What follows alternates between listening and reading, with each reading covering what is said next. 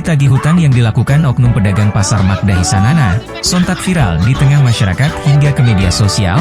Kejadian ini terjadi pada Rabu lalu bertepatan dengan kunjungan Dinas Bupati Kepulauan Sula di pasar Magdahi Sanana yang didampingi sejumlah pejabat daerah. Rombongan pimpinan Bupati Kepulauan Sula Vivian Adeningsih Mos ke pasar bertujuan memastikan stok pangan dan keterjangkauan harga selama bulan Ramadan hingga menjelang Idul Fitri mendatang.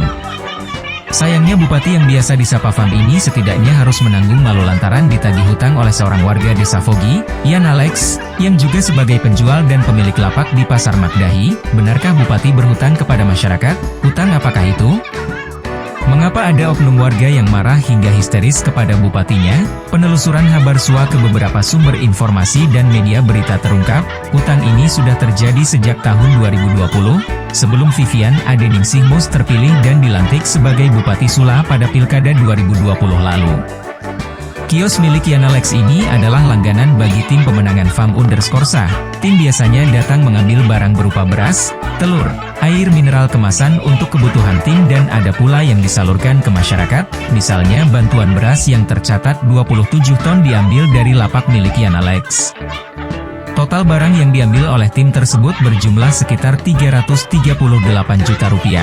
Bagi pedagang kecil, Yan Alex tentu sangat berpengaruh pada kelanjutan usahanya jika tak ada pembayaran sesuai kesepakatan, bisa beresiko modal mati. Yan Alex dan suaminya berusaha melakukan penagihan. Sempat dipimpong sana-sini, hingga memasuki tahun ketiga. Sakit hati saya ini sudah 2 tahun lamanya, akibat barang yang dihutang tim sukses. Tim Makapus, mereka ambil beras 27 ton lebih, telur, air mineral, semuanya berjumlah 338 juta lebih. Mereka biarkan hutang itu dari 2020 sampai 2022 baru mereka bayar.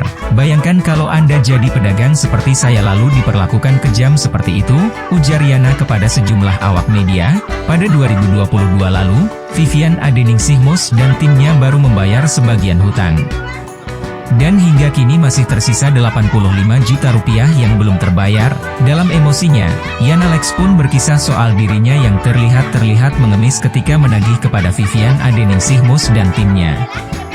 Yana juga menyesalkan sikap ibu bupati yang sempat mengiming-iming dirinya namun kemudian tidak ada realisasi, malahan nomor handphone dirinya diblokir oleh Vivian Adeningsih Mos. Sungguh sesuatu yang menggelikan. Transaksi hutang dilakukan sebelum Vivian dilantik sebagai bupati. Yang datang mengambil barang pun masih berstatus tim sukses. Lalu kenapa sejumlah pimpinan OPD disebut-sebut dalam proses pembayaran hutang? Demikian pula dengan Vivian sebagai bupati saat ini. Apakah hutang ini dibayar menggunakan uang daerah?